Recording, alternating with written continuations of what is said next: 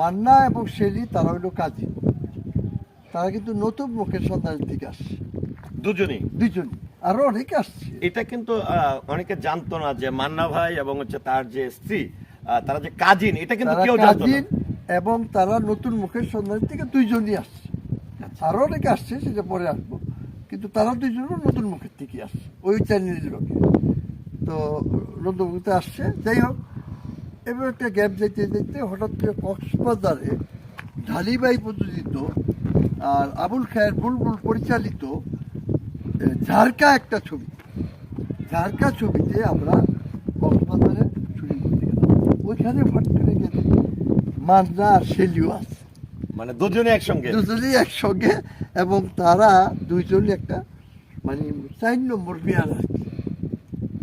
প্রথম 1 নম্বর হিরো, 2 নম্বর হিরো, 3 নম্বর হিরো, 4 নম্বর হিরো, মানে 4টা হিরো আছে, 4টা নায়িকা আছে, এর মধ্যে মান্না ভাই আর হচ্ছে 4 নম্বর। আমি 4 নাম্বার। 4 নম্বরে ছোট চরিত্র। তো একসঙ্গে বসে রয়েছি, আমাদের মঞ্জুর রাহি ছিল, প্রয়াত, মারা গেছে, ও আমার ক্যান্টনমেন্ট, ও আমার একটু গোল গপ্প একটু বেশি মাত্রায়।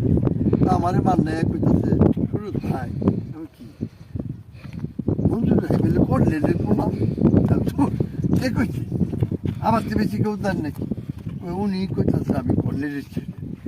খামাখা কথা, ও কোনো কর্নেল মল্লের ছেলে না। আমরা এক লোকের নাটক ফাটক করছি এবং ওই ক্যান্টনমেন্টেই থাকছি, ওরাও ক্যান্টনমেন্টে থাকছে, আমরাও থাকি। এরকম বলে তারপরে কথাবার্তা হলো, বসলাম, কয় তো তোমার রুম নম্বর কত? এত রুম।